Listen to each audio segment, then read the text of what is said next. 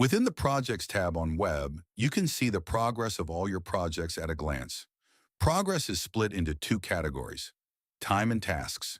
Drilling into a project, you get the same breakdown by individual cost code. For time progress, a cost code's hours update automatically whenever a time entry assigned to that cost code is approved. For task progress, it tracks material installed. When a cost code is assigned to a task with a budgeted quantity, the installed quantity flows in as the progress against that code. You can also add new cost codes directly here and set their budgeted hours, which will update the overall progress denominator for the project.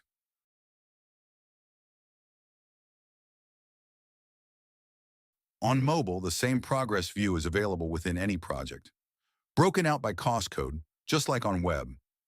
Tapping into a cost code shows all the time entries logged against it and the associated task tracking installed quantity. You can also manually add a new time entry directly from here if needed. And that's it.